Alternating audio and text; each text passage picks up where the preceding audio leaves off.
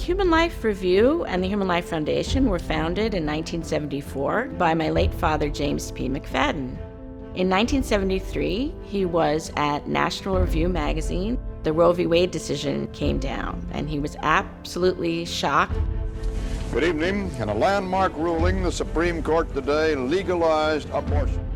He realized that every great movement needed a journal, and that the best minds, the most brilliant, creative, and virtuous minds of the time would have to be on the side of life. His boss, the great William F. Buckley Jr., gave him the freedom.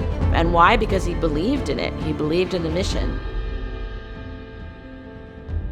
Anyone looking to examine the history of the pro-life movement over the past half century would have to look at the Human Life Review. Everything is there. Many, many great writers and prominent figures have written for the review.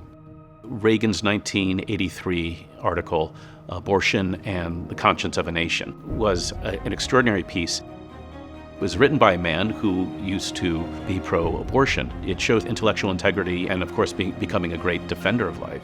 What single issue could say more about a society's values than the degree of respect shown for human life at its most vulnerable, human life still unborn? Human Life Review picked up that sense of things to make an argument accessible. We would draw on doctors, physicians, religious figures, priests, theologians, and professors of philosophy and law. A journal that could concentrate on this issue without apologies. It's important to have a record for history. Nobody will be able to say they didn't know what was going on during these dark years.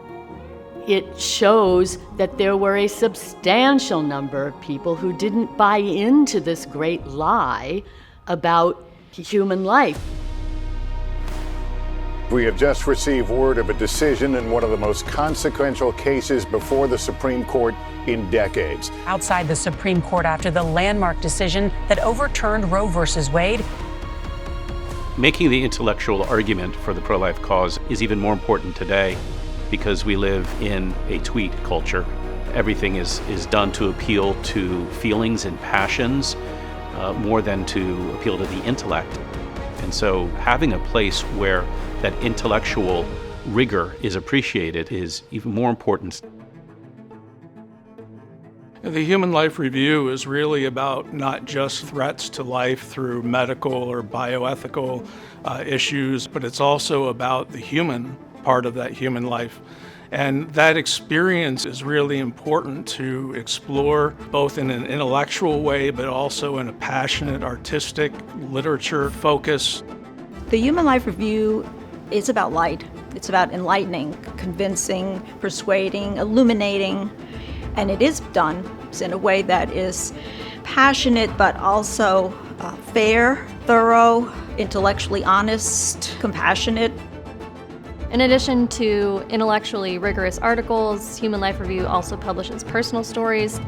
Recently had a piece on IVF, and there are issues with fertility, with birth control, stories from other women, from other families, as well as arguments to help ground our philosophical thinking.